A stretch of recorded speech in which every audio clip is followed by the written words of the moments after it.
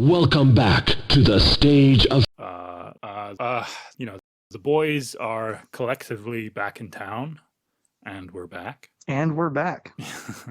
So, the first thing, obviously, the elephant in the room, the thing to get out of the way first. So, it had been rumored, it had been talked about for seemingly years. And then finally, towards the end of last year, it happened. Season 4 of Cobra Kai was released. The big news, everybody. Tenshin, takeru finally happening. Seems like takeru was preparing for it to just suddenly happen on New Year's Eve. And apparently there was some kind of plan for it to just suddenly be sprung upon like a second arena in Osaka, maybe, which would have been stupid. And I feel like, they've announced it for June. And I feel like with some breathing space, I think I can be convinced to care again. But I don't know. What do you think? Yeah, that was my main concern, because basically the logic of, everyone involved in it was, if it's going to happen, it's going to happen last minute and suddenly. And I thought that would just be a waste of time, because Tenshin's already getting ready to leave and go do boxing. He's probably training mostly boxing, and Takeru is still all in, on kickboxing and training like a maniac. So I don't think that would have been fair at all. And if I was, Tenshin's coach, I would say, no, fuck no. You're not taking the, hardest fight of your career when you got one foot out the door. Well, this guy's still in. So I think giving it that, couple months makes it a lot more interesting, because now you can't say that. Tenshin has plenty of time to prepare. I'm still in I'll believe it when I see it. I'm not as convinced as everyone else that this is going to go smoothly. I've been following this crap too long. So, there is an incredible amount of behind the scenes bickering. And they said, like, during the press conference, the details just were not solid. And they were like, yeah, like at the start of next year, we will announce the name of the show, like the broadcast details. And nothing has been said so far, and time is ticking. It's now mid-February. Yeah, but that's one thing, right? So you're talking about like logistics, which bores me to tears, but important stuff. But we're not even I'm not even talking about logistics. I'm talking about just like nature. I'm talking about coronavirus bullshit. Talking about lockdowns. I'm talking about injuries. I'm talking about these morons want to get fights in between, risk breaking their hand or something stupid. Like, that's another whole other obstacle you're talking about, is them actually nailing down the details.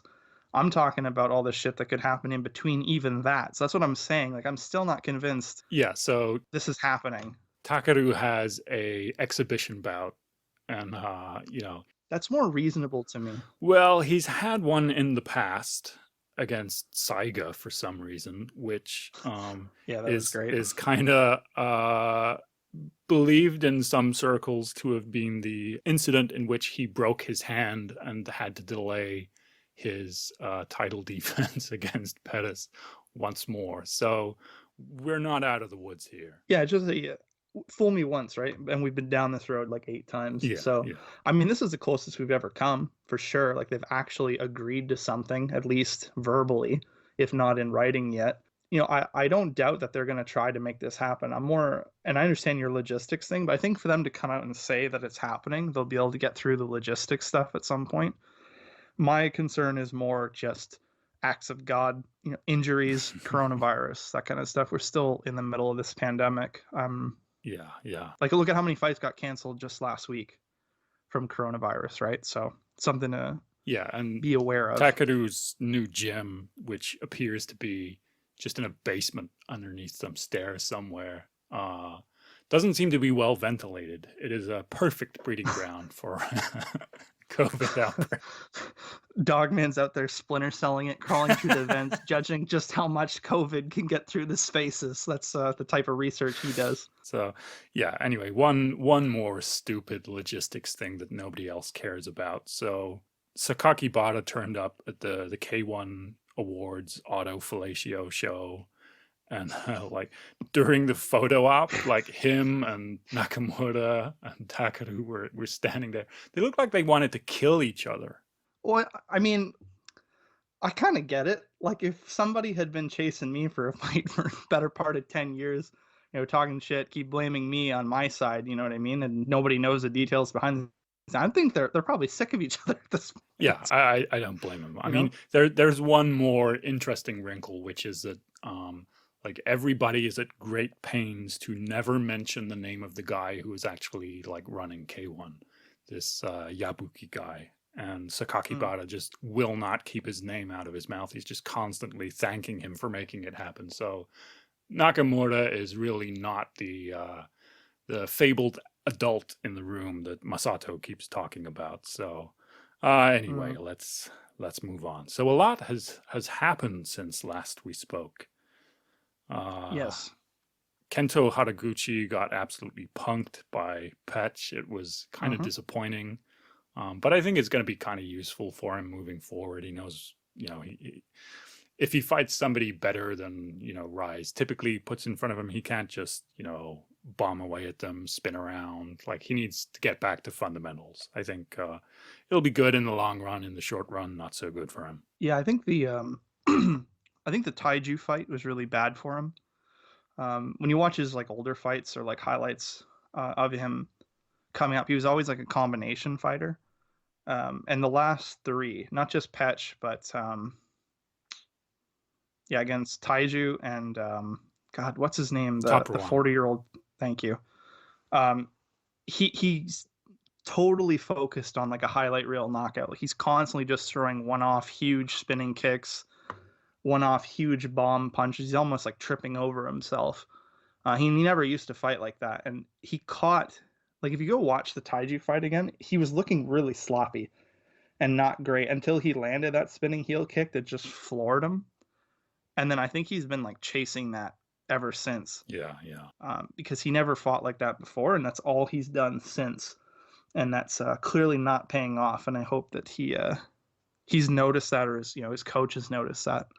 Yeah, and then following on from that, Glory and Rise seem to have this new working relationship, which in theory is good. And I think, I can see they've got Nanbara. They, maybe have like a guy that can be brought up to a level that typically you don't see at sort of 80, 90 kilos in Japan. But the way the business relationship is manifesting itself first is one of their champions, teeny tiny Manazo Kobayashi, going to Europe, which is like the kind of great foreign experience that basically nobody has except maybe, I don't know, Noiri. Went to France a couple times. It's, it's a valuable experience, but like the opponent is just not in her weight class. It's like 10 pounds above where she fought last, I think. The weight classes of the two orgs don't match up at all. They almost don't have the same weight classes. Like, it's always off by at least 5 pounds, I think. Yeah, so I don't know. I'll in theory it is exciting stuff. In practice, probably less so. But I would like to see like Kenta Nanbara maybe, in half a year's time, fight like a bad European level guy instead of a bad Japanese level guy, and see where he's at. Speaking, you keep bringing up Kenta Nanbara, like, I just think it was funny that, we missed his last fight since the podcast.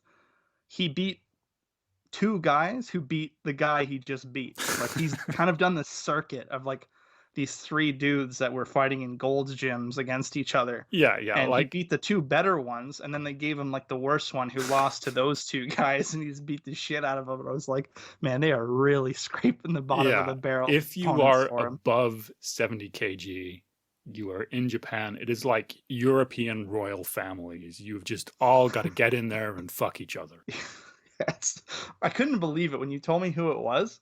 And then I went and looked up his record. I'm like, wait, he lost to the pink-haired guy that Nanbara slapped the piss out of. Like, what is going on? He's going down in quality, not up. Well, it is, I don't know, this stuff is plotted on like a polynomial curve. There is no linear relationship between the number of fights you have and the quality that they are. It is just like all over the place. I mean, it makes sense. Like, good for Nanbara, right? Like, I talked before on old podcasts. He sort of had a meteoric rise in like the junior cups and stuff, and then when he got to like adult Kyokushin, he got the absolute shit slapped out of him.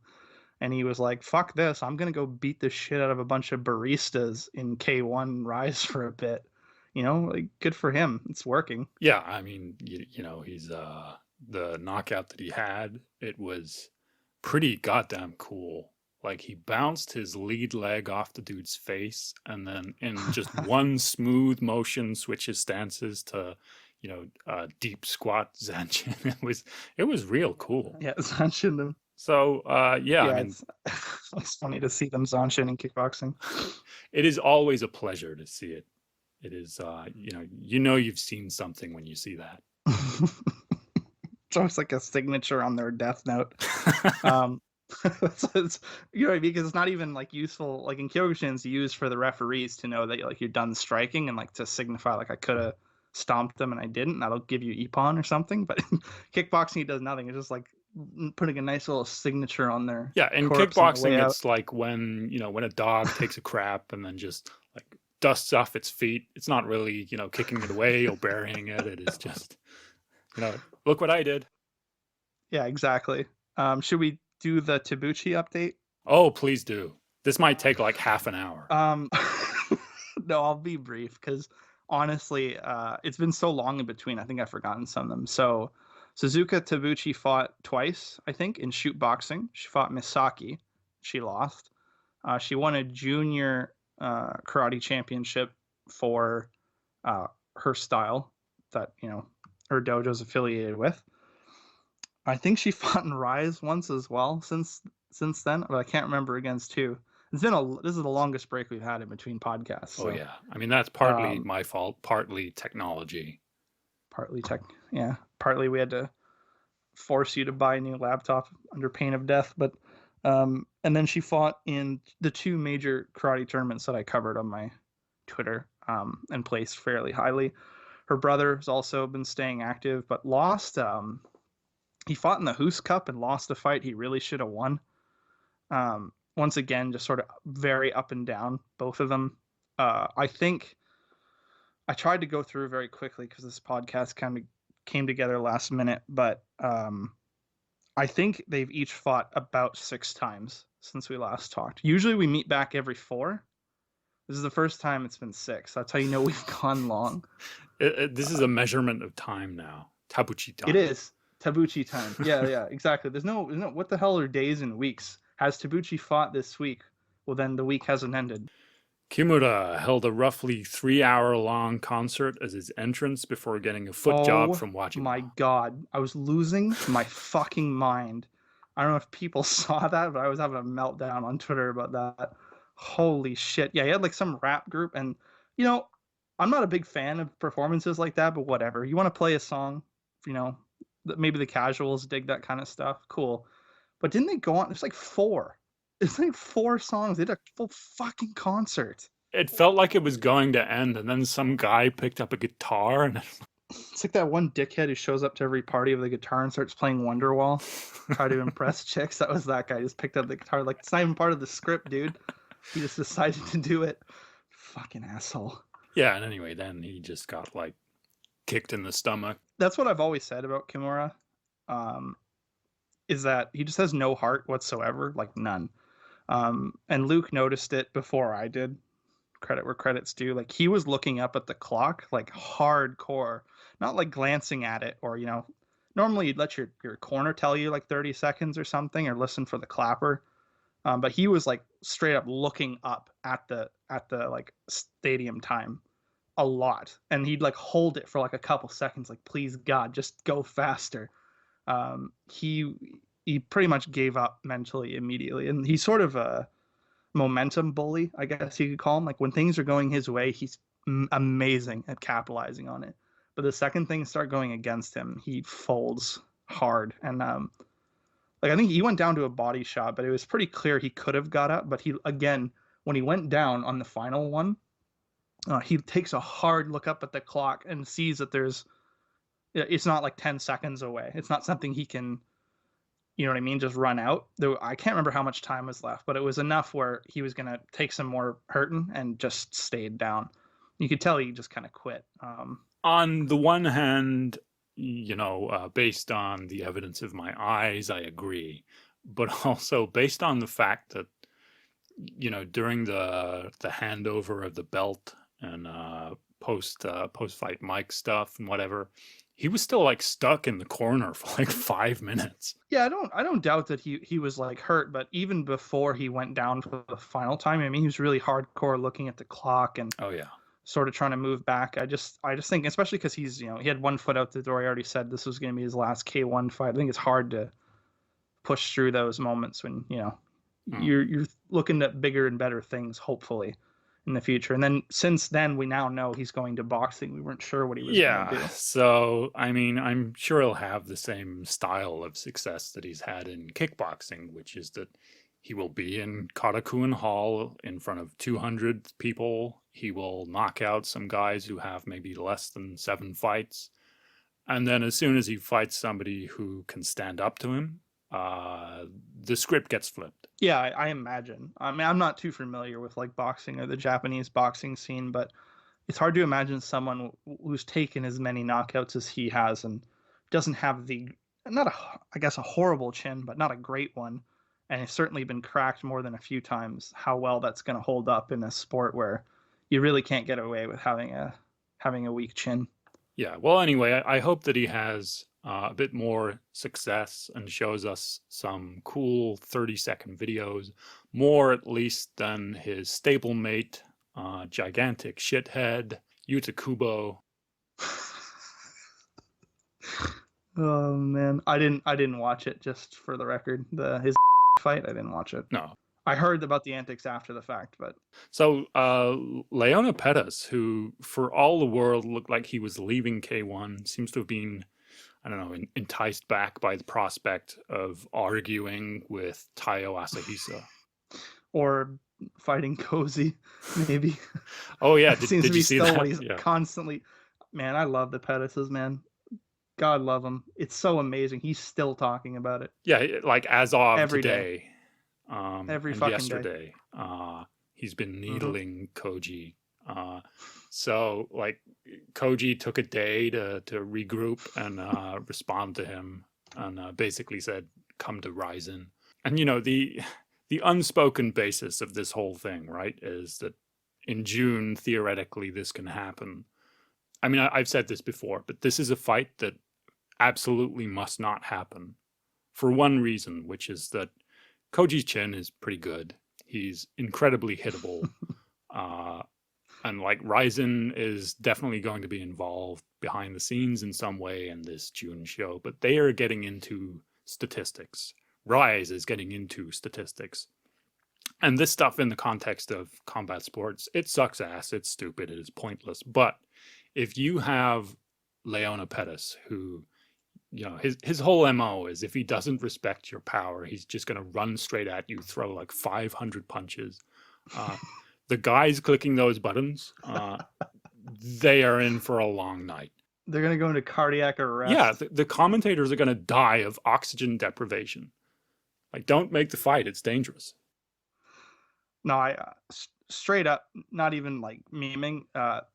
If that fight happens, Leona loses by disqualification, almost certainly. There's no way. He gets himself in trouble with that kind of stuff, even against people he likes or respects. You get him in there with this guy who's hated passionately for years. You know, he's going to down Koji. It's going to happen. And then he's going to soccer kick him in the face. There's no shot that doesn't happen. I'm not even joking. I legitimately think that would happen. Yeah. I don't think it's a good idea. I think it's a little too personal for Leona, because he's exactly like Nick.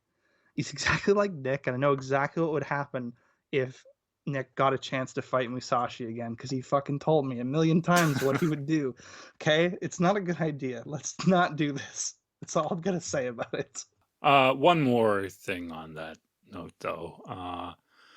Like, Tenshin had this dreadful boxing exhibition with craft beer enthusiast Gomi, who then like immediately finessed his way into getting onto the June card, which makes me think it is not necessarily going to be this org versus org kickboxing extravaganza super card, people hope. I think it might be pretty Ryzen heavy. There might be a lot of the devil sport. I don't know. Yeah.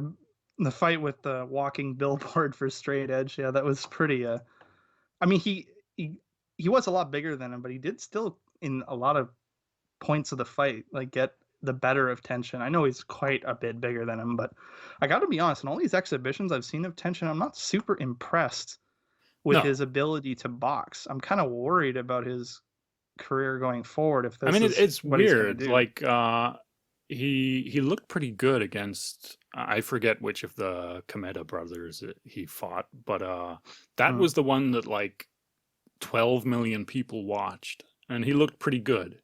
And then everything else, he looks dreadful.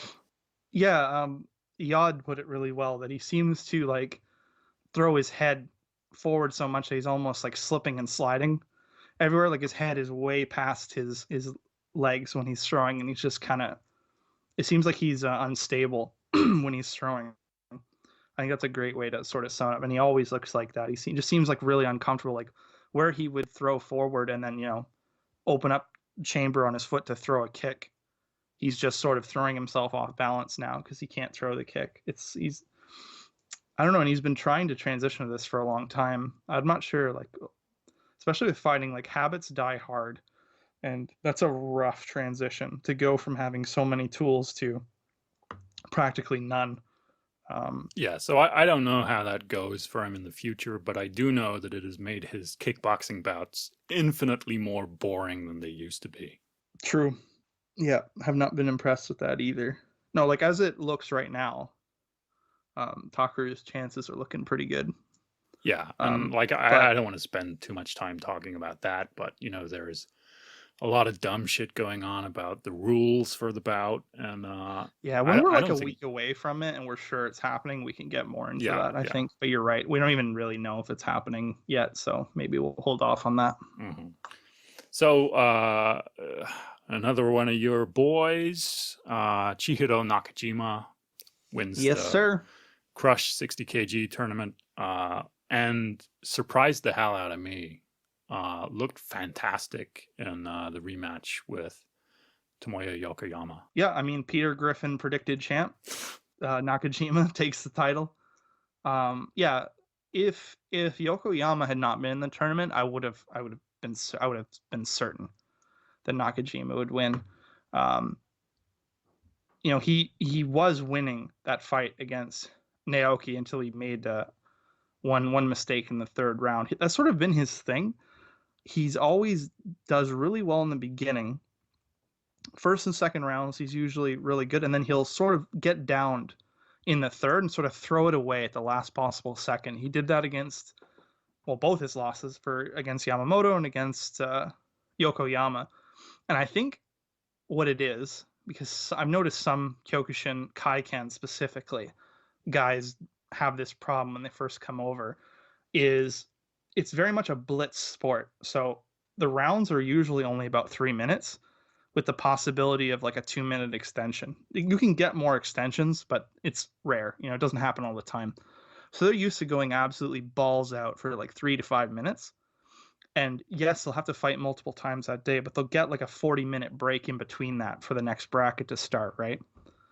And I think it was always in the later stretch of the third round where he'd start to fade. And I think that's a byproduct of, sort of going all out in the first two and then not getting that break in between he's used to. It's very much a like start and stop sport. Yeah, As I think you see a similar thing with the kids that come up through the amateur tournaments that have the mm, same kind of round structure where it is just one round and you just have to show everything you got. You got to show it immediately.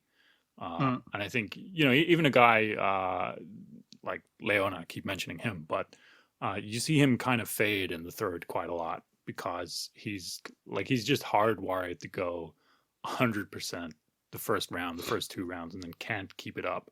yeah, that's a common thing for knockdown karateka. I think it's a known issue and it's something that I've noticed in Nakajima, but seems to have shored that up. Did a lot better in the Yeah, third like rounds this time. in the finals, like the first two rounds of the final, he was really measured and composed, and Mm-hmm. then like the knockdown that he scored, there's a lot of times when a guy is throwing a kick and they just get like tapped lightly and they fall down, and it's not really a knockdown, but like The refs are Yokoyama, quick to give it. Yeah. yeah, Yokoyama was not getting up quick from that. He got like really, really hurt by that left hook. Like he went down like he was dying. Yeah, he got starched on that one. I was surprised he got up at all.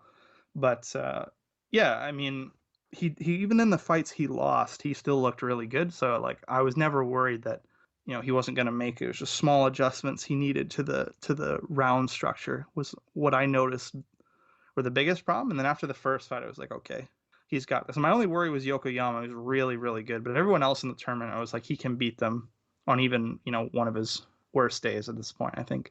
And he's now, so here's the interesting thing. Now that he's the undisputed Peter Griffin champion of the world, what the hell do you do with him now? Because that weight class is quite spicy at the K1 level.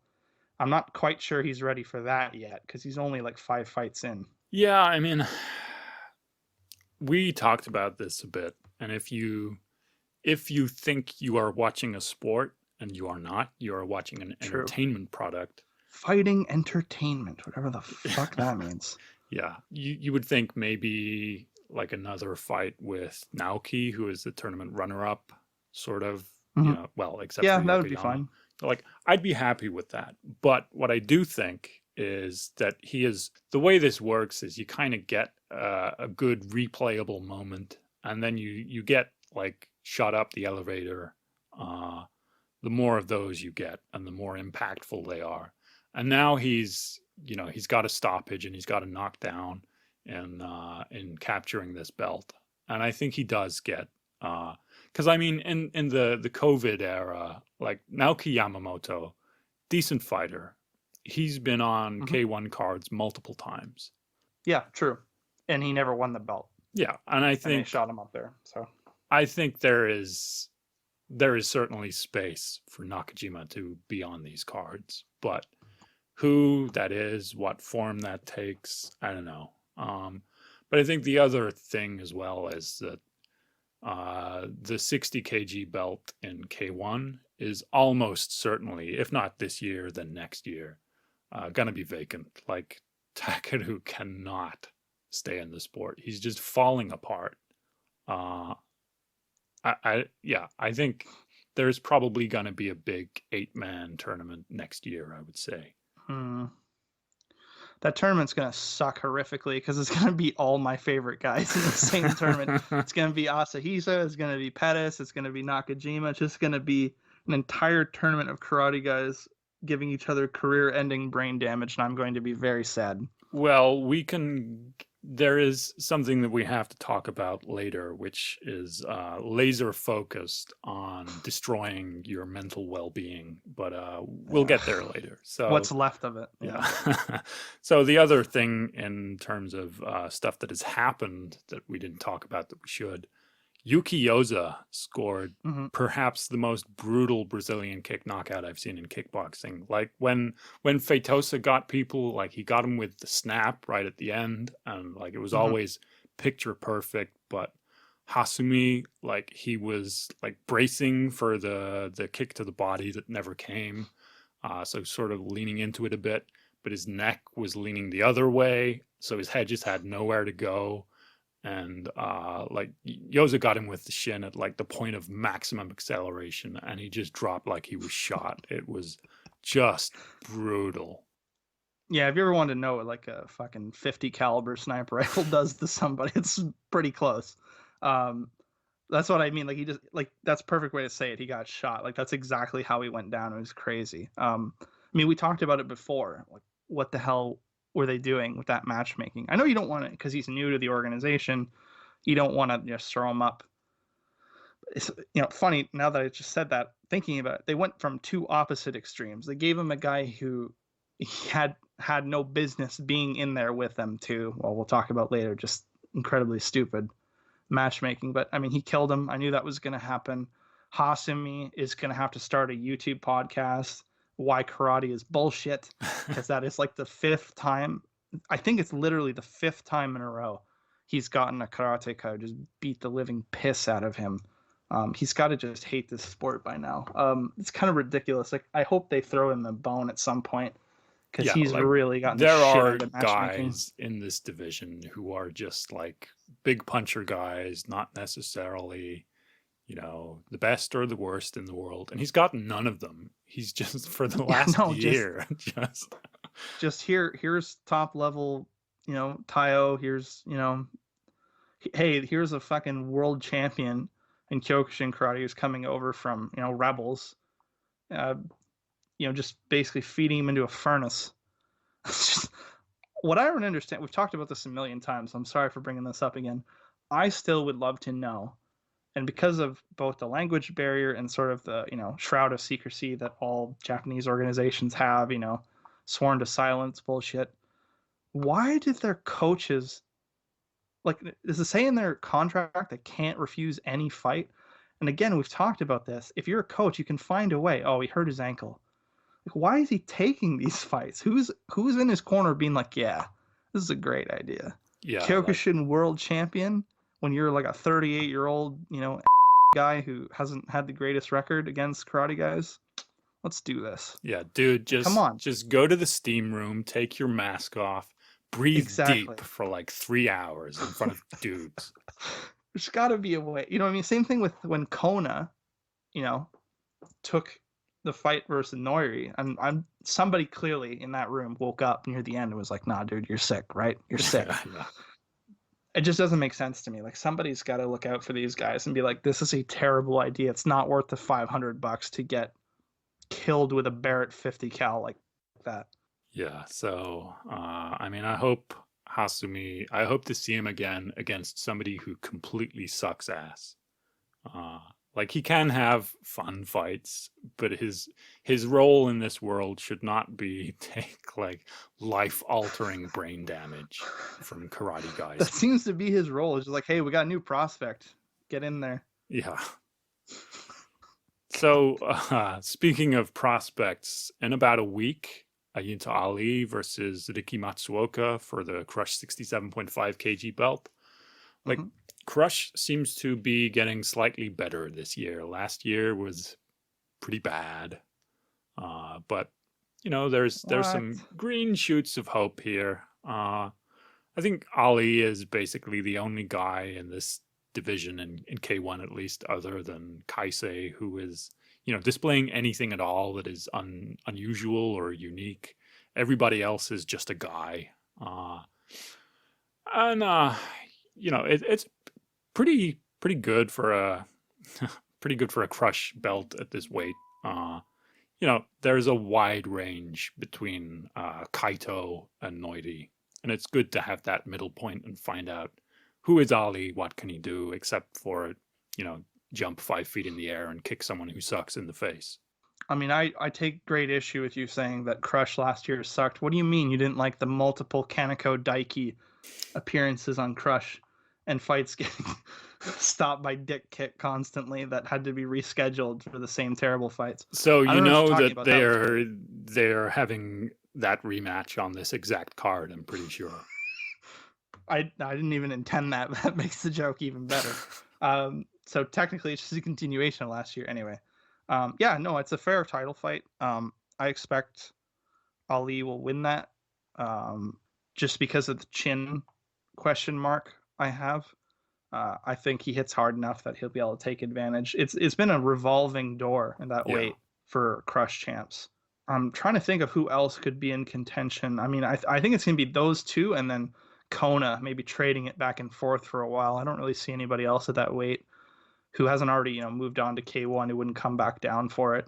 Yeah, I think that's a pretty fair assessment. Like, I think they'll trade that belt back and forth a couple more times, unless they find someone new.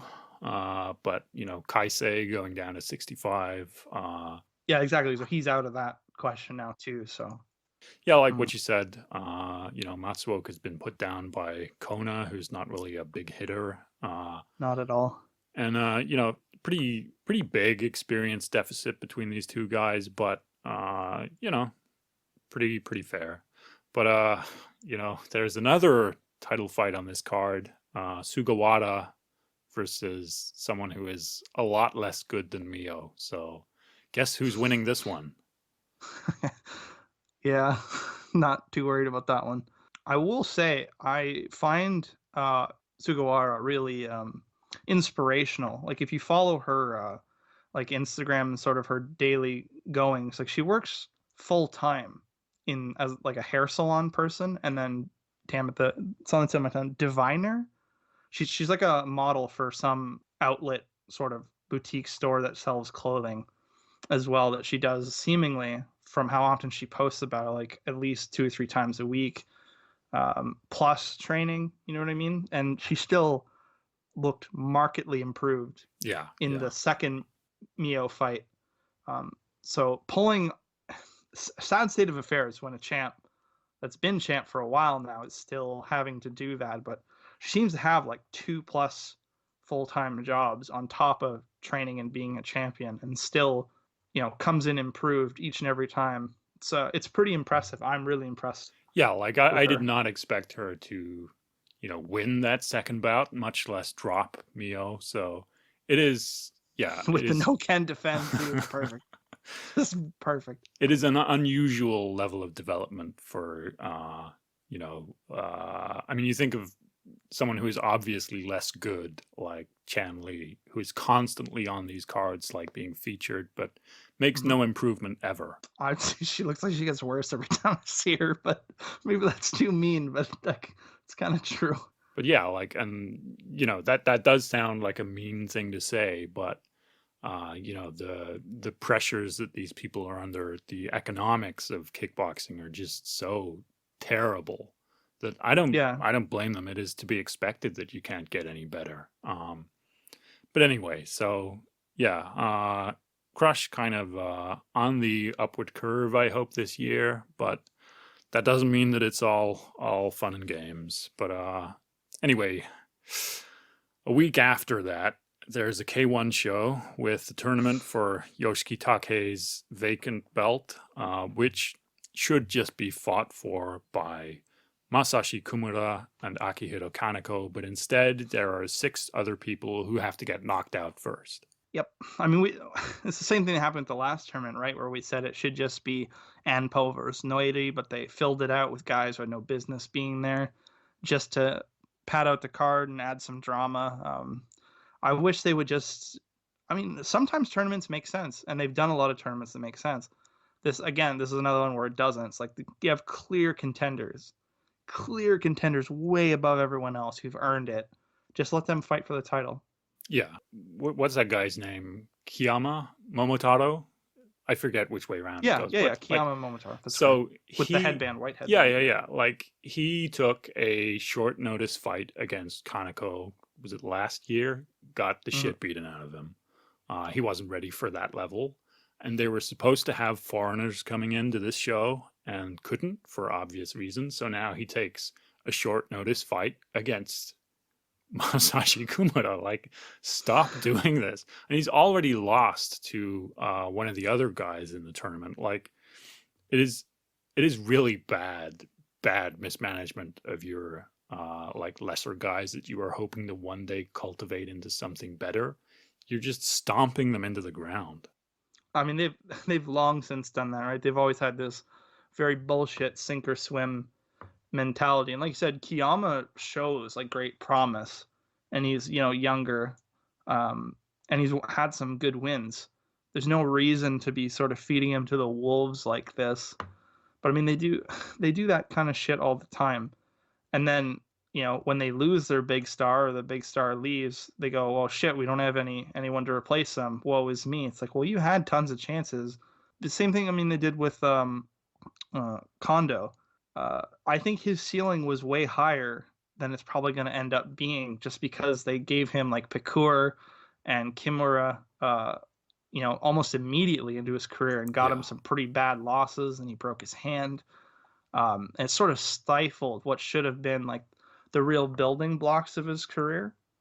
That sort of all got flushed down the toilet. So he's kind of playing catch up now, and I think that happens to a lot of guys in K1, where they're sort of not their peak at all. I'm not talking about that. I mean like their formative years. Yeah. The baseline of who they're gonna become. They spend it getting their fucking faces smashed into the dirt. Yeah, exactly. Like, why is he fighting Alan Suarez now? and not Alan They should have Suarez fought 2 him before years he ago. fought Bakur. What the Yeah. fuck? Yeah. Oh, that's terrible. They don't know what they're doing. Yeah, but the field that they've put together, that Iko guy, he fought Kazuki Osaki last year, I think. He's actually pretty good. Could do something. I mean, you know, we saw the 67.5 kg tournament. There were no major surprises. There was no like major spoilers, but Matsuoka like exceeded expectations against Lukia. Like he lost and he got stopped, but you know, I think that is the high watermark for people in this tournament is get stopped, but do it later than people expected. And then fuck up the other bracket because Yeah. now he's tired. Yeah. Yeah. Well, what was that you said? 65 point what? This 67.5. Yeah. So Oh, the sorry, weight. 67.5. I'm sorry. I had 4/3 and a half quarter. That's my mistake. That's a fake weight class versus this very real one. My bad. Continue. You know, having a weight class every 2.5 kilos. Why I not get every it at the quarter smaller pound? weights, but everybody above 63, you are a heavyweight. Yeah, it's kind of how they do it, eh? It's like every 1/3 of a pound is a different weight class, but then once you get they sort of go like 60s, 70s, 80s, fats. It just says fats after that. It's just all one weight class. Like they just don't care after that point. Well, this is something that I have some notes written down about, but we'll get to that later, specifically about the fats. But I don't think that's a fair title, by the way. Not like just because you're not 60 kg doesn't mean you're fat. I guess maybe it's different for Japan, but like it's an unfair standard for foreigners. But it's just funny to me that after that weight, they kind of just don't care. They're just like, yeah, like we'll talk about it in the cruiserweight. There's some people I'm like, why the fuck are you in an open weight? yeah. That's But exactly that'll be what for I'm later. talking about. Yeah, then on this card, like this card is 1,000,000 fights long. And then immediately after that, there is going to be K Festa, which is going to be 1,000,000 fights long as well. Stop doing this to me. But anyway, there is a just truly insane fight. So we were talking about Yuki Yoza. So now in his second K1 fight, he's going to be fighting Taio Asahisa in a non-title fight. Non-title fight, of course. Oh my god, what is the point? What is the point? What is the point? If Yoza wins and upsets, then they just got to redo it for the title, and then he's just skipped over everybody else who, you know, probably deserve a title shot more. And if he loses, it doesn't do anything for Taio's status to beat a newcomer to the org. It's literally just sort of poster marketing, I guess you could call it, like karate champion versus karate champion. Like they can put that on a poster somewhere in Shinjuku Station to look good. Other than that, it makes absolutely no sense. We talked about this. They never give them any chance to breathe. They gave him a fight with Hasumi, who had no business being in there with him, and now they're giving him Taio, but with no sort of upside because he'll have to beat him twice for it to mean anything. Yeah, and I mean, like, from a competitive level or competitive perspective, like Yoza is not that inexperienced in kickboxing rules. Like No. I think he's just barely into like double-digit fights. Yeah, I think he's at 11, something like that, 11 or 12. But like, what an insane way to treat your belt, treat your champions, treat like the people that are signing with you. Like, how do you go from winning one crush fight to fighting possibly one of the best champions that they have immediately with nothing in between?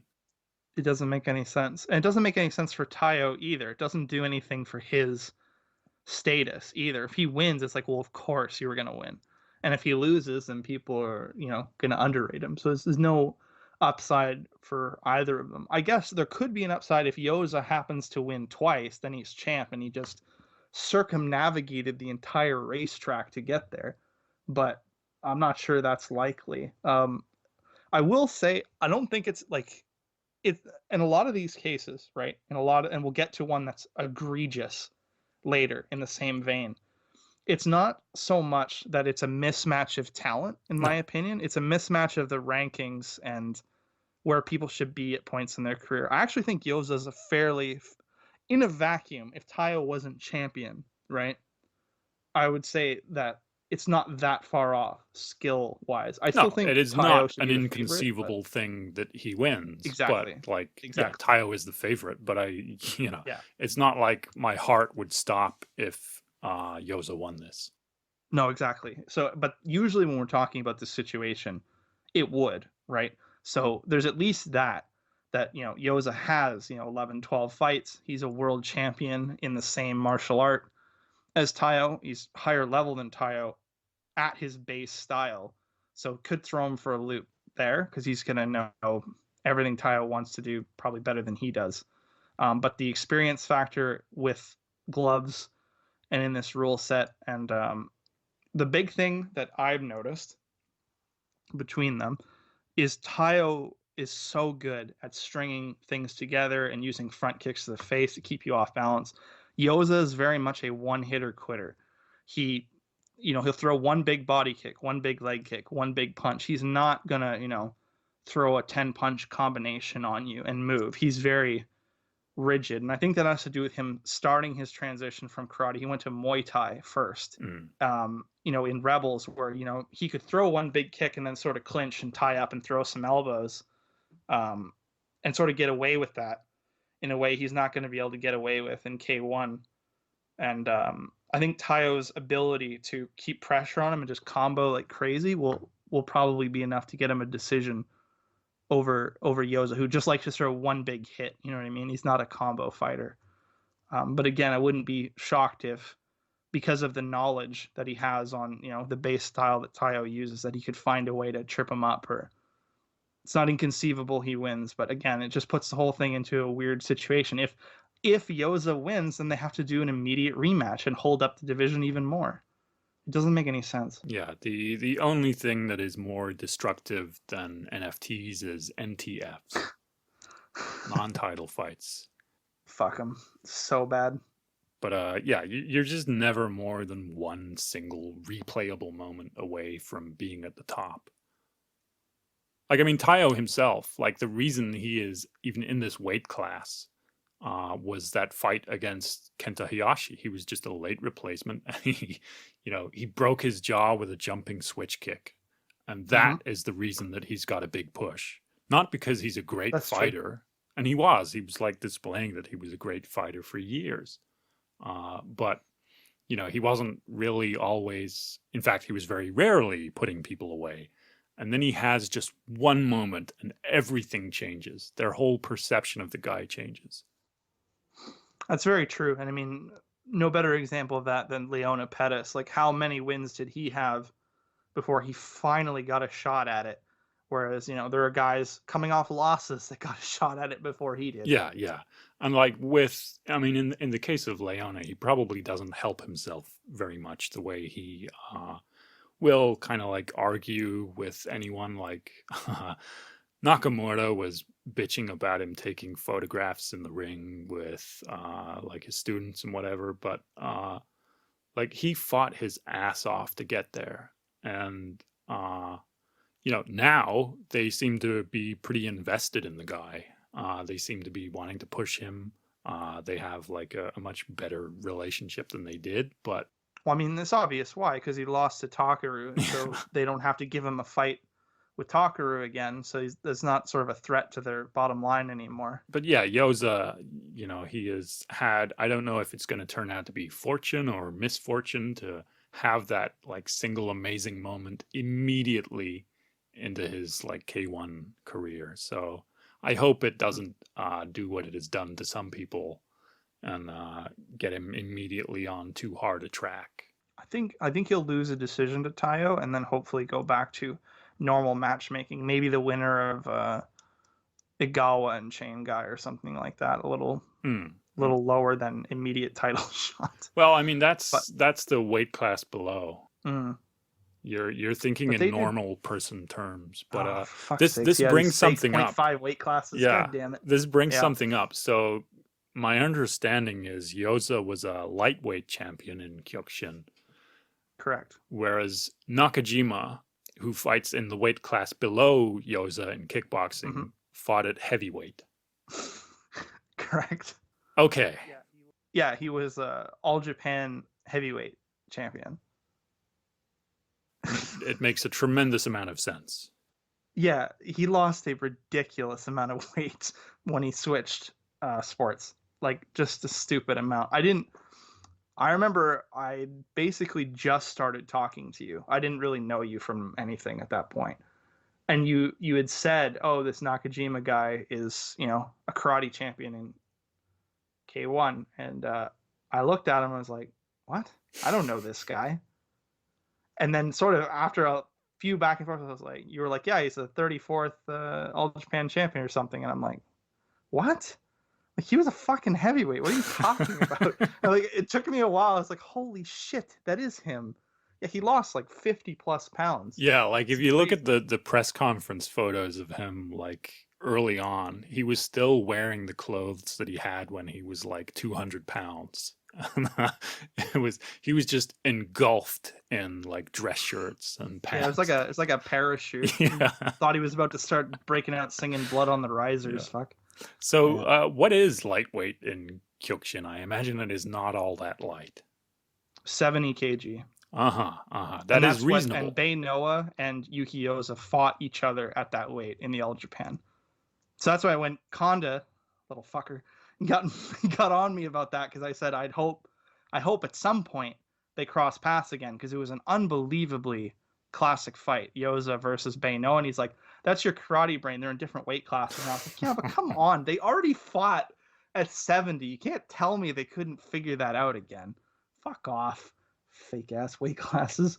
But yeah, 70 kg is like the smallest it gets, and that's where Yoza and Bei Noah and them fought at. I mean, that's the way it used to be. There was, if you were Japanese and you could possibly get down to 70, you would maybe get a chance at K1 Max. If not, you had to eat your way up to heavyweight. And that is a pretty nice segue to K-Festa 5, which has been announced, and whew, it stinks. Yeah, it's bad. That tournament is fucking abysmal. Yeah, so this card is going to be 10 hours long. And the only thing so far that doesn't make me want to die is Chain Guy versus Yuki Agawa, which is a good fight. That is a really good fight. But am I having a senior moment, or did they not try to do this fight once already? Yes, they did, and it got canceled. Yeah, so Egawa got injured, and I think the first K1 card this year, they were going to at some point try and make it K-Festa 5, and they were using Takeru's participation in that as a bargaining chip to try and like force an agreement. But anyway, long story short, they didn't have to do that, and now they're doing this. But Egawa has had like injury problems, has had issues with being way too big for the weight class he was in, and seems to have had like, I don't say this in a mocking way, but I mean like has allegedly had mental health problems as a result of being on social media too much. So now I think his sister handles all of that for him. Oh wow, I'd not heard that. Interesting. Yeah, so like him and his manager were there's a lot there, but basically he doesn't seem to have been doing too well, which is why he has withdrawn from all of this stuff, and it is all handled by his sister now. Anyway, that is a good fight. That is a real nice, shining, sparkly high point on a gigantic dog turd. Yeah, Igawa's looked pretty awful in his last couple fights. It still boggles my mind what happened. So I still have a vivid memory of Yod posting a video of Igawa sort of shadow boxing with those, I can't remember what they're called, but they're kind of like the ropes that you kind of like pulling your arm back when you punch and stuff. And he's like, I remember he captioned it something like, just so smooth. And his footwork looked awesome. But then when he got in there with Tsubakihara, he was just pulling like a Dominic Cruz. Like he was just sort of tap dancing in front of him instead of using his footwork to cut off the ring at all. And when he lost the first one, I'm like, okay, he's going to go back to the drawing board, realizing he just needed to cut off the ring so he could get to him. And he did the same goddamn thing again. He was doing all kinds of movement. His feet were doing the fucking can, but they never sort of went lateral or any way to cut off the ring or catch him. Just sort of bouncing, and he'd take a jab from Tsubakihara and he'd reset and he'd do like a 2, 3, 4 fucking shuffle dance and just keep moving around. It's like, what the hell was that? Yeah, I like Nakajima, also part of the gym. Like stance switching, I get why he would do it. Like it opens up different kicks, whatever. But it does not service Egawa's style at all.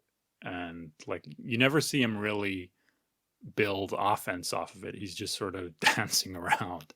That's what I'm saying. Like he has great footwork, but he doesn't seem to want to use it to cut the ring off. Anyway, the point I'm trying to make is that probably won't happen against Chain Guy. That's a great next fight for him because Chain Guy will just walk into him. Yeah, stylistically, Chain Guy is going to make him fight in exactly the way that he wants to fight. Yeah. So I'm looking forward to that. So hopefully we see something good. Yeah. Yeah. Which way do you want to tackle this? Do you want to tackle the title fight first, or do you want to tackle the tournament? How about we put a revolver on the desk in between us with just one bullet? Anyway, let's do. I actually kind of want to do Yamazaki nonsense first. Yeah, because we just talked about the Yoza one, so I think it's important to keep those close by for comparison's sake. So Tetsuya Yamato, a guy with a tremendous amount of goodwill, who won the K1 Max 63 kg tournament all the way back in, 2010, 2011. People liked the guy, justifiably so. It was real nice after a few years of him being like fed to guys like Noiri to see him like fight a guy who is a rung down, who is closer to his level these days. He's getting up there. He's been fighting for a long time. It was a feel-good moment. And now he is thrust into a title fight with Hideaki Yamazaki, who is also, up there and so on, but is also in like fine form, doing the best in his career, basically splattering people with his trademark, incredibly intense right off the bat, whirlwinds of fists and feet, and that nice heartwarming moment of Tetsuya Yamato winning a fight, being happy, making everybody else happy, is just being thrown off a cliff, sacrificed to some bizarre pagan god. Yeah, so they're okay. I gotta not lose my shit here. Not only is he fighting Yamazaki, but it's actually for the title for once. Are you fucking kidding me? After all the fights they did, dumbass non-title fights that we've raged at, or specifically I've raged at on this podcast, I couldn't believe it. I thought you were fucking with me. I went and checked when you told me because I didn't believe you. It actually is for the title. So Yuki Yoza versus Taio is not for the title, but this one is. Yeah. When I was writing my notes, make any sense? When I was writing my notes, I was like, "Oh yeah, Yuki Yoza's fighting Taio Asahisa for the title," and then I went and looked, and it's like, "No, of course it's not a title fight." But this is the title fight. Yeah. So I think the logic or lack thereof is just this is his last chance at the title, so we're just gonna give it to him. Or something. I can't make sense of it any other way. And do you want to talk about the weird, like, Al-Qaeda hostage video that they put up alongside with this of Nakamura crying his eyes out, talking about this fight like he's being forced by someone off screen to make it? What the hell was that about? It looked like this was going to be the last sort of evidence of proof of life of K1 producer Takumi Nakamura. Like, they were announcing this fight. Yamazaki was pretty upbeat, pretty positive. Yamato, again, pretty like upbeat, pretty positive, talking about the fight. Nakamura was crying like a baby. Like he had to stop and sob into like a bit of cloth. It was insane. And yeah, like he's a former journalist. He's big into pro wrestling. I think he mentioned something about one of the guys, I forget which one, being like the first guy he ever interviewed. So he's apparently he's wanted to make this for a long time, just because there are two guys who are, you know, reasonably close in weight, who are, I guess in Yamato's case, like has, you know, a title from back in the day, giving some continuity with FEG, but it doesn't make sense from any other perspective. But in his brain, it is such an incredibly emotional moment that he has to like lose all sense of public decorum and just cry his eyes out in the middle of a press conference for this thing that he's promoting. Like, have you ever seen any promoter do anything like this? No, Just break down sobbing about a fight.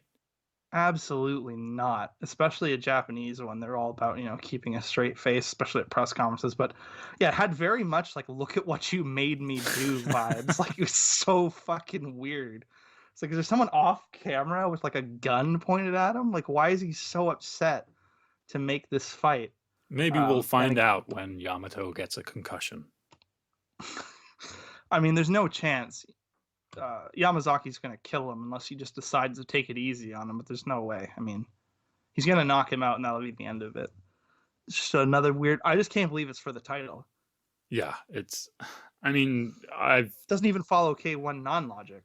no, I mean, I try and understand and get like an intuitive basis for how this all works, and try and predict like what's the next event going to be? Who are they going to put on the card? Who's next? What's next? And I could never predict this. Never. Not in a million years. Yeah, no. If you know that saying, like you have a monkey like on a keyboard, eventually he'll make Shakespeare or something. No, he wouldn't have picked this. He wouldn't have figured that out. No chance. Did they say? I'm curious, as I didn't watch the press conference. Did they say anything specifically about this being a retirement fight, or any hint like that's why they did this? I don't think so. Like I was only watching with sound for the first bit, and like Nakamoto was saying something about foreigners, and then they announced the tournament. It was pretty clear that what he was saying was no foreigners. And then I went, you know, they were announcing stuff, and I went for a pee, and I came back, and he was crying. I was like, "What the fuck is going on?" Yeah, I saw the clip after you sent it to me, but Yeah, so I like came back into the room with my laptop playing the conference as he was like burying his face in a cloth. So I was like, okay. So yeah, I have no idea, but I mean, Yamato, kind of a road warrior guy. Like if you were in, you know, the West Coast for a certain period of time, you would have seen him slicing guys up with elbows. Like after K1 collapsed, he went on like a bit of a world tour doing Muay Thai. So I don't know, retirement would make sense, but I don't think he's like committed to it or anything. Yeah, could happen, maybe not, I don't know. But quite often when they do this stuff, you know, they make a big deal out of it. There's flowers and guys that they've fought before. I don't know, it didn't seem like they were gearing up to that, but I didn't really have the sound on, so I have no idea. fair enough. Anyway, so if there are any budding supervillains out there, and let's face it, we're talking about a kickboxing promotion that allegedly helps fund a nuclear-armed rogue state. So if anyone out there is listening and you want to find ways to make James Bond talk, don't waste your time with lasers. Don't waste your time kicking him in the balls. Don't like pull out fingernails or hammer toes or any of that nonsense. Make him watch the slow, steady progression of terrible dogshit fights that has been and will be leading up to Satoshi Ishii versus Kyotaro. It is, my God, it is just, they have been dead set on this bad idea for so long. And now they are, well, they're trying to get it to happen in the middle of a tournament. And it is a tournament nobody should watch. It is laser focused on driving you insane. Yeah, I mean, we talked about this before. They are hell bent on making Ishii versus Kyotaro happen at all costs. I don't know why they don't just schedule it if they clearly want it so bad, because they have them, set to in brackets that they're hoping they'll meet up with. Yeah, I don't know why they don't just make the fight if they want to. It doesn't make sense to me. It's a guy who just covers his head and sort of walks forward and uses his weight versus a guy who always backs up and just jabs. I don't know what about that is so fighting entertainment. But it's I think it's technically an open weight tournament, Yeah. right? That's what So they said. the way this works is, they announced a few years ago that they were introducing all of these new weight classes. There was 53, and then they were doing cruiserweight and heavyweight and super heavyweight, and essentially they're all the same weight class. If you're a cruiserweight, you are also a heavyweight. You are also a super heavyweight. But well, that's not entirely fair. There are exactly 2 cruiserweights. Everyone else is any one of the 3. But yeah, like this whole thing. Like I'm gonna read the fights. Animal Koji, who was last seen getting knocked out in 30 seconds with the first punch of the fight by Mahmoud Satari, versus Seiya Tanigawa. Tanigawa, good fighter. Animal Koji, he's just a guy. And he's a guy who eats his way up to cruiserweight, the same way Tanigawa does. But he's been in the devil sport. He's lost to people who are like 70, 75 kg. Not really a guy that you're using to build up a meaningful division. Next is Satoshi Ishii, who also from the devil sport, but is gigantic, but is horrifically boring under his own rule set, even more so under kickboxing, versus Kosuke Jitsutaka. Is it Jitsutaka? I don't know. Anyway, he's the big, huge fat guy that lost to Kyotaro and then got a really cool head kick knockout. He's a guy who cannot get down to cruiserweight, but that's not because he's an athlete. It's because he's incredibly fat. He's like the kind of super heavyweight who is just a super heavyweight because he's enormous. Then there's Kyotaro versus another one of these like big, huge fat guys. And then like rounding this out is Keiji, who I'm pretty sure did fight at 70. And like equally, he's just eaten his way up to cruiserweight and taken enough steroids to get there. Versus the only actual like cruiserweight here, Mahmoud Satari, who is like definitely, almost definitely, unless something insane happens, going to win this. And the finals of their open weight tournament are going to be the finals of their Crush cruiserweight tournament. So the lowest of their heavyweight divisions and the lowest allegedly like skill and quality level of that is what is going to finish off their open weight tournament. It is nonsense. It sucks. I mean, that would be an ultimate irony if their cruiserweight final, Tanigawa versus Satari, happens again, and none of their heavyweights advance. That's going to make the heavyweights look even worse. I think Satari will make it to the finals, almost certainly. Tanigawa, though, is a very small cruiser. Yeah. And I think likely would be maybe a little bit bigger than Bay Noah is now, if he actually cut weight and like had, 6-pack and super careful with his diet. So he's Animal Koji's pretty big, man. Like I do think Tanigawa's better than the people in his bracket, but he's giving up a lot of weight in being in this open. I don't understand why, as a small cruiser, he would accept to go into an open weight tournament, or if he's going to bulk up for this, or like what the plan is. But I think from the brackets, he's going to have to fight Koji and then Animal Koji and then probably Ishii, right? Yeah. On the other side of it.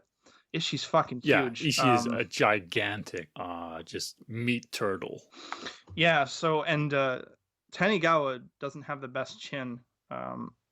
He might still be able to combo his way through that, especially if Ishii gets, tired or gets his legs kicked up a bit. I wouldn't say it's for certain, that Tanigawa gets to the finals. I'd say it's highly likely because he is better than these guys, but he is quite a bit smaller. Yeah, And not in the he's 0.5 pounds smaller. In the he's like 30 or yeah, 40 he pounds is significantly smaller than Ishii, but smaller. Yeah, in real weight, not yeah, fake he weight. is like by far the second best guy in the field.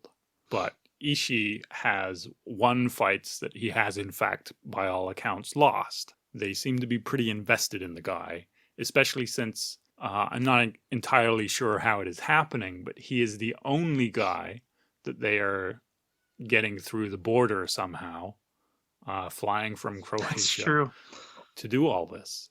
Their love of him might just come from the Crow Cop connection, honestly. Well, it doesn't seem to be doing anything for them except getting some of the worst fights they've ever put on, but also I agree with you. a 1 minute long hold camera shot of Ryo Aitaka hugging his cornerman and crying. We don't talk about him on this podcast, goddamn. Well, we have to because he's also on this card in the reserve fight. Reserve. Yeah.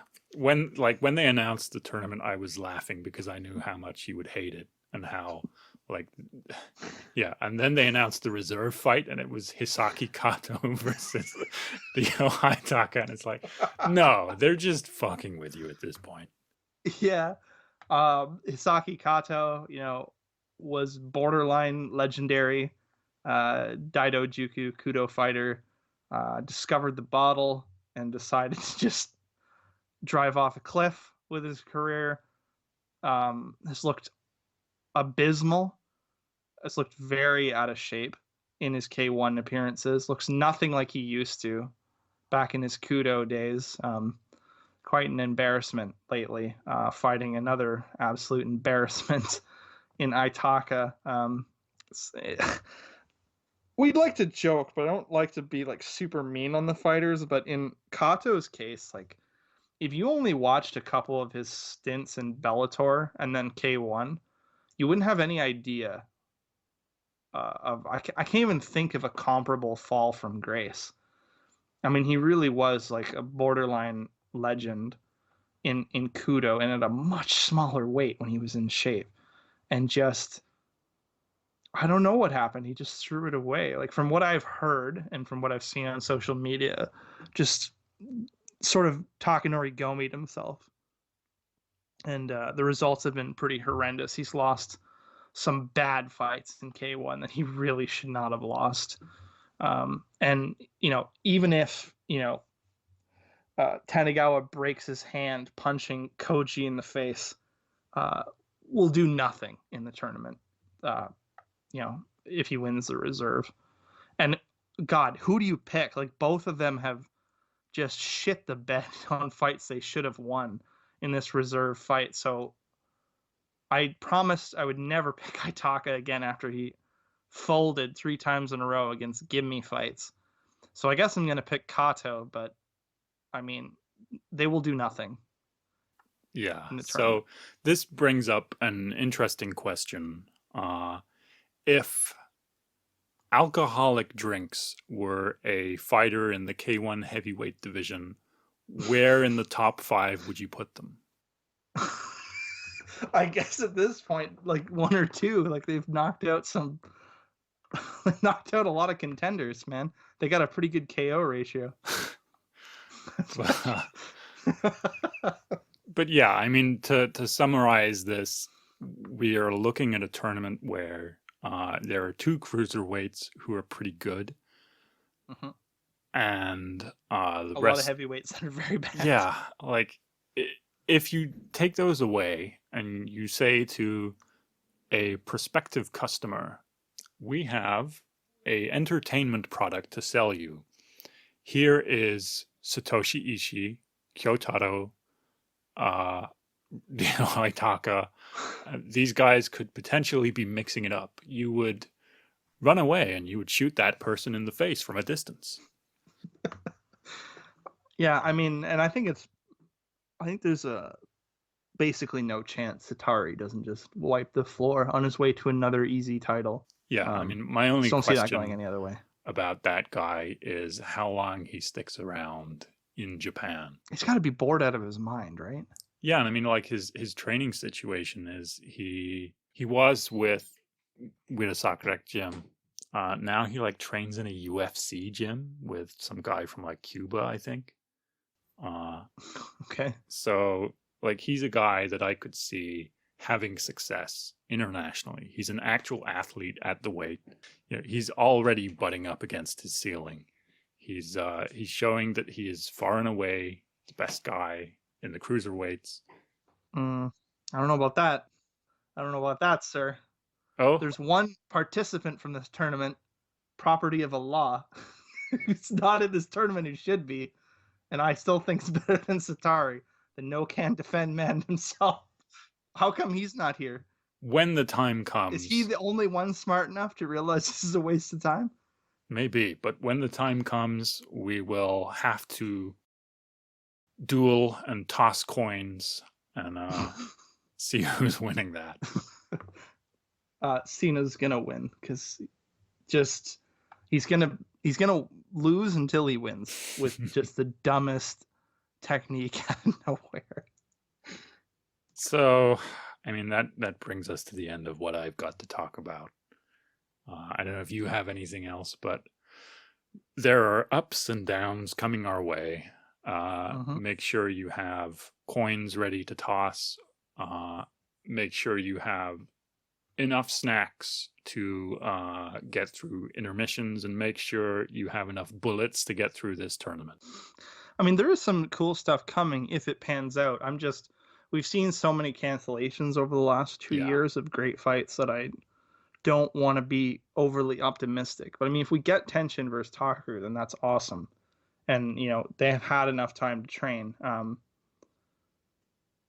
Other smaller things, I guess, is since we're talking about how terrible the heavyweight division is getting a talent infusion soon, which is that Shota Yamaguchi, who's a very legit Shin Kyokushin, knockdown karate champion, has said that it's weird too, the way he worded it. He said something like, there is no home anymore, so the only way is forward. I don't know what exactly that was about. I didn't read anything or hear anything about him getting kicked out of the organization or anything like that, but he's at Team 3K. And he's going to be transitioning to kickboxing. He's got a fight set on some very small local card. And unless he pulls a Nakajima and loses a ton of weight, he would be a cruiser. And he's legitimately good. And with how low the talent is in that pool, whether his transition is super successful or not, it'll be more than enough to make it to the top 5 of that. So there is some reprieve coming, hopefully. And I've heard rumors that Ren Ito, who's even better and has some experience with glove fighting, is also will be transitioning, but not 100% sure he's going to be heading to kickboxing, but that he's looking to move on as well. So there might be finally the same kind of talent infusion that's happened at the lower weights coming for heavyweight. So in the not too distant future, we might be talking about a completely brain-melting, head-scratching, non-title fight involving some of these new talents. It's very possible that we'll get Cena versus Yamaguchi out of nowhere.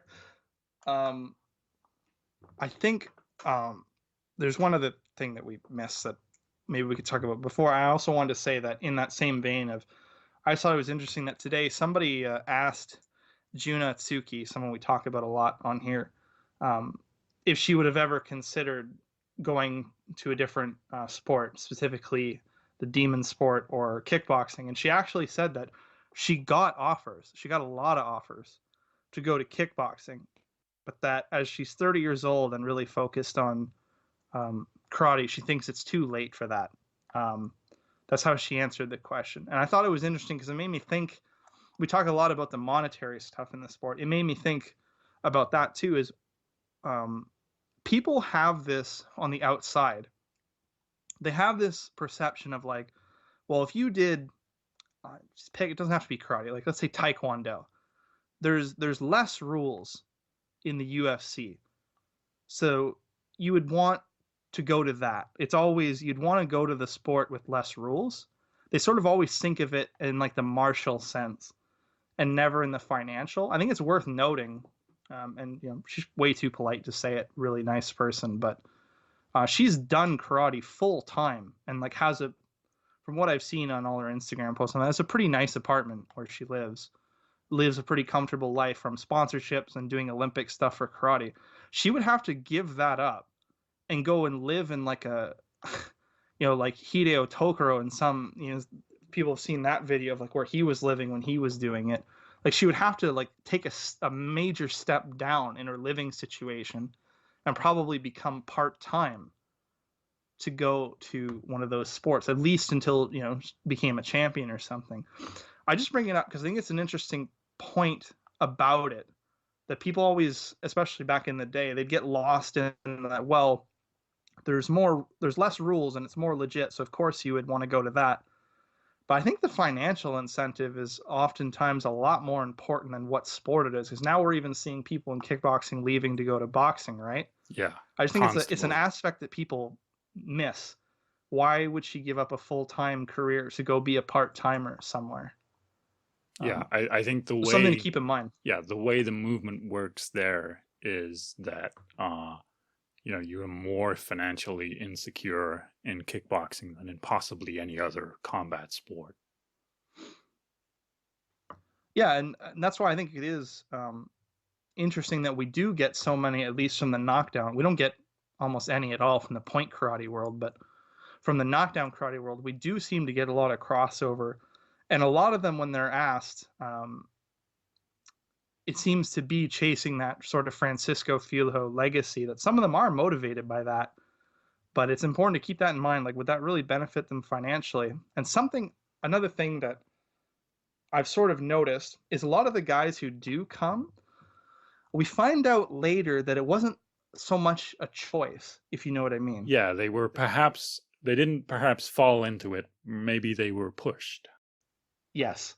So another case of that happened, and because he said it publicly, I have no problem saying it, but let's just say there's a lot of these guys that I'm finding out recently, because it, like I've talked about before on the show, it doesn't make sense from a financial perspective. They probably made a lot more money in the karate organizations than they'll ever make fighting in kickboxing. That a lot of these guys were simply just kicked out of the organizations and had nowhere else to go. And one person who admitted that publicly is Keisuke Monguchi, who I've been very high on as a prospect in kickboxing. He wasn't a champion in karate, but he was always sort of floating around the top 20 in JFKO, and is a really exciting fighter, and I think will go far in Rise. He recently commented on someone else who got kicked out and said that he also was told to leave Shin Kyokushin because he did the unspeakable crime, of posting videos of his own fights on his YouTube without permission. It's to show you how strictly these organizations are often run. And I have no problem saying that because he said that publicly on Twitter. But there's other ones too behind the scenes where I found out that their transition was less of a choice and more of a push, like you said. So just something interesting behind the scenes that motivates a lot of this stuff. So I think we have now nicely bookended this with discussion of insane behind the scenes business stuff from both ending ends with of the insane spectrum. behind the scenes business stuff. Yeah. Yep. So I think that's a nice place to call it. So once again, thank you very much for educating me, a very stupid man, on matters that I, very basic things like what does light mean in lightweight? So thank you very much. You're most welcome, and I hope we all survive through the heavyweight tournament to get to the good stuff on the other side.